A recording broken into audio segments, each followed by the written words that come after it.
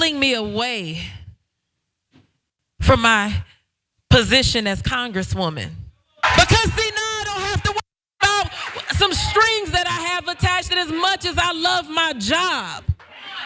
But all they did was radicalize me, and so now they need to be afraid. AIPAC, I'm coming to tear your kingdom down. So as I'm sure you're aware, one of the most passionate and fiery squad members, Cori Bush, lost her reelection primary. She was defeated by Wesley Bell. In the end, it was closer than some of the polls had indicated, perhaps an indication of the strength of the efforts of the squad to rally people to door knock and call and all that. She ended up losing by about 5.5 points, it looks like. So definitely a competitive race. And as she alluded to with the reference to AIPAC at the end, one would have to wonder, what if we had an election system in America where an organization couldn't come into a congressional primary and drop literally millions and millions of dollars? What result would we have had?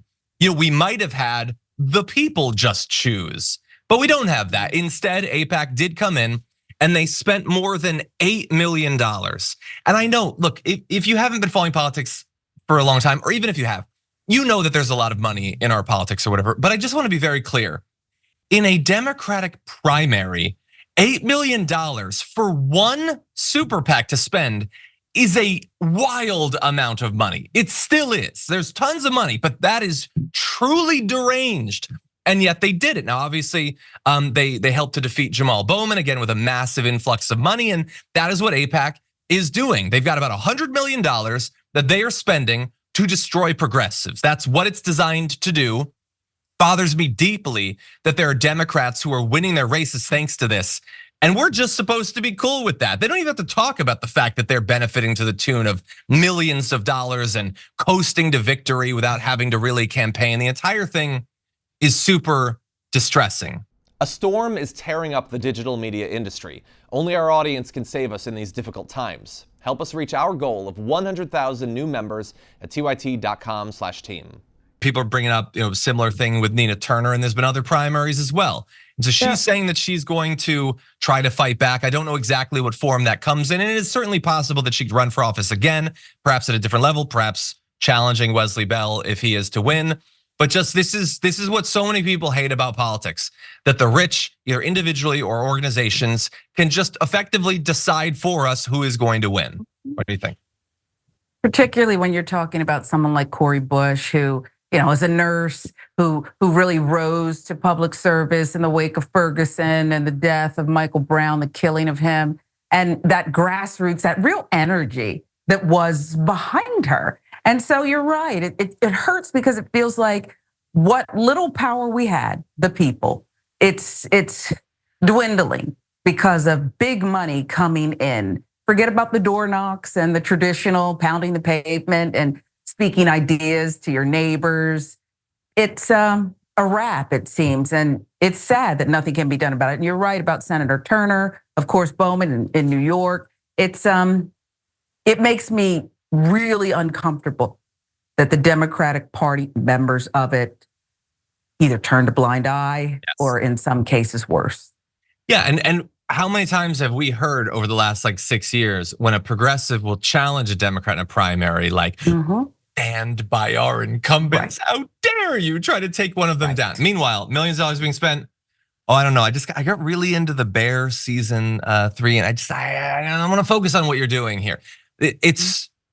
They should be criticized way more. They should be facing way more pressure. I mean, you have an organization like AIPAC, not exclusively, but a lot of Republican money. And Republicans get to decide what Democrats we have.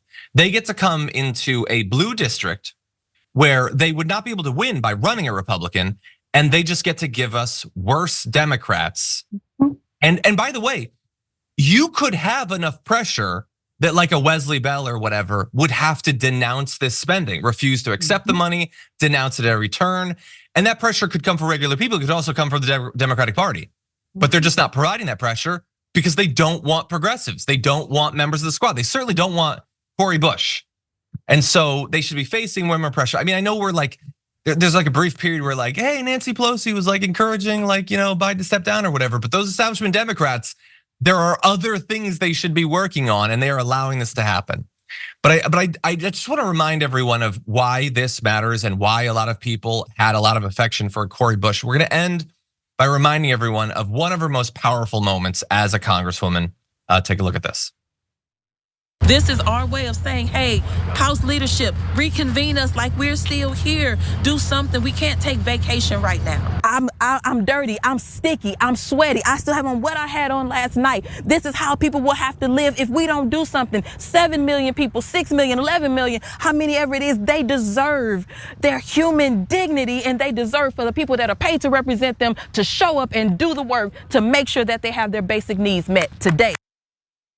So when America was in crisis, the greatest domestic crisis of living memory, and so many people were facing just being thrown out on the streets in the middle of a public health crisis, the vast majority of our elected officials were spending all of their time just trying to make sure that they played the stock market and made as much money off of it as possible.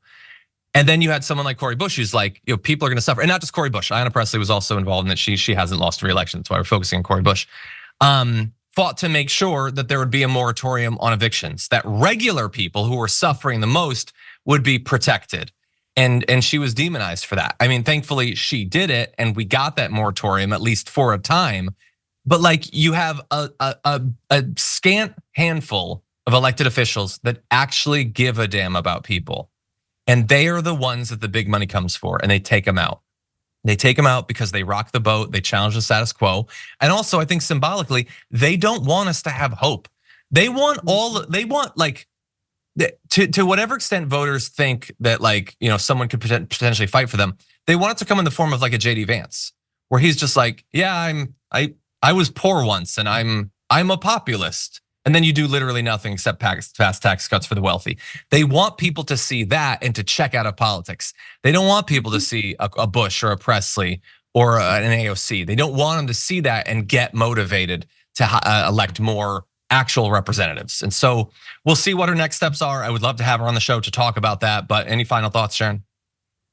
Well, you're right. It's a warning shot. It's a lesson to others. Don't you dare. Here's what we got waiting on you. And it's not just that, this large money pack was able to prop up, I guess, a Democrat, wink, wink, but this person's now beholden. They're beholden, and so will the next one. So it's a real problem here. And again, huge disappointment. And I do hope you get that interview with Cori Bush, because she was grassroots, and it's a sad day.